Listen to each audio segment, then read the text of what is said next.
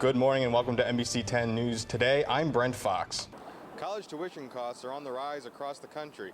Many students want to attend college to attain their dreams of becoming doctors and teachers, but are finding it more and more difficult to deal with the rising costs. A frightening attack near the Jersey Shore. The victim, an elderly Summers Point woman, was sexually assaulted, beaten, and robbed in her home.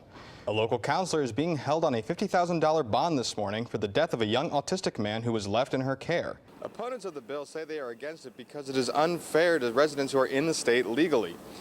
Several local representatives have stated that they are firmly against the bill and will try to vote it down.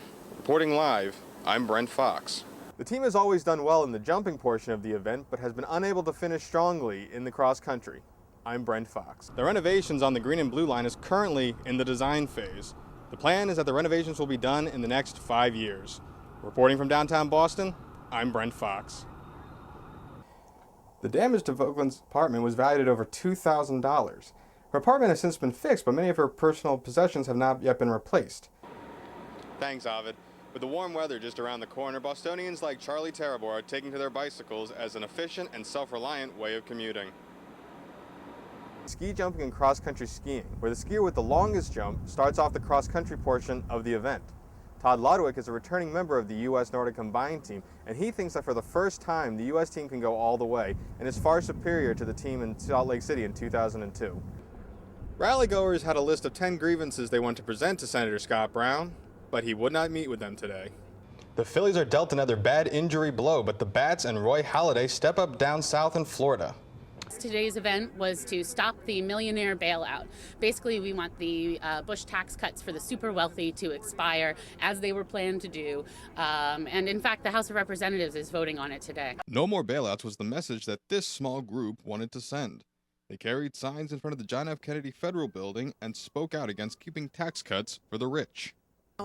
We're seeing some of the middle class slip into poverty, which puts us directly in the place that the human race has been in throughout history. America was somewhat of an exception, and Western Europe, but throughout most of human history, there were the very, very, very rich, a few, and the very, very, very poor, masses of them. People understand this. In their gut, they understand that the rich hate us, that the investment bankers and the military-industrial complex and the big oil companies are all collaborating together to run this country. Rallygoers had a list of 10 grievances they want to present to Senator Scott Brown, but he would not meet with them today. That doesn't particularly shock me, no. Scott Brown is a stooge. I really, really miss Ted Kennedy.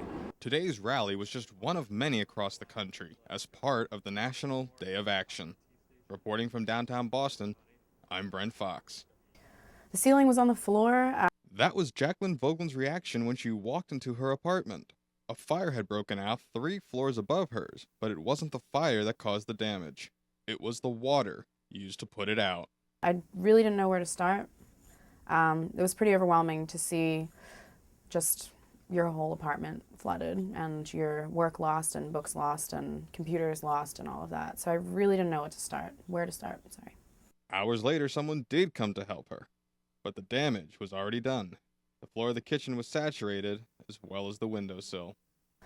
I didn't know what to save first, I guess. My MacBook was completely drenched. It looked like I had taken a shower with it. But more than just the physical damage was done. I ran around in circles for the better part of 20 minutes before I made any moves about cleaning up or anything like that. I didn't really know what to do. So I mean, that pretty much sums it up. I really didn't know where to start, what to do, who to call. The damage to Voglin's apartment was valued at over $2,000. Her apartment has since been fixed, but many of her personal possessions have not yet been replaced. The building's insurance will only cover the damages once the cause of the fire has been determined. If a tenant caused the fire, the insurance will not cover her personal possessions. Reporting from downtown Boston, I'm Brent Fox.